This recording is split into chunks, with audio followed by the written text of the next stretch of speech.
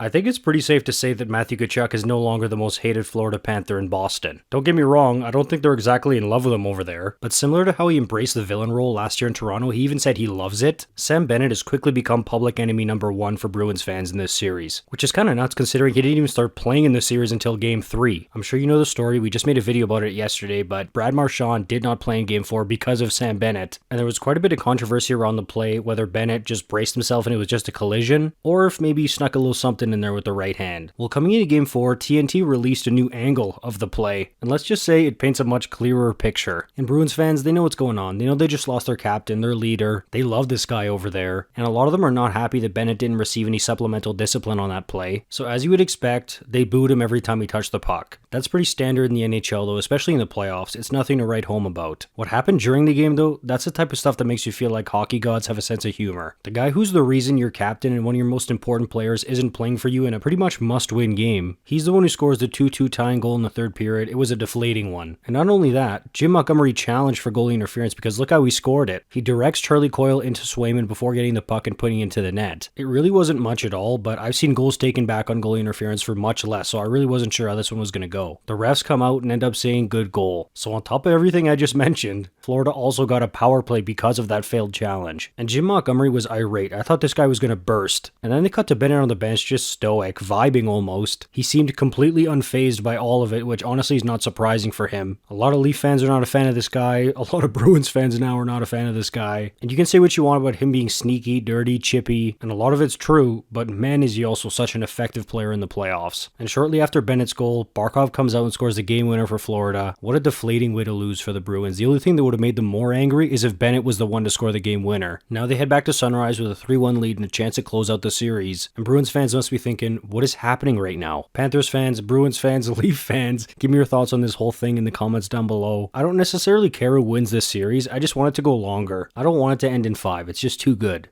Give me your thoughts, please like and subscribe, I'll see you in the next one, you're awesome.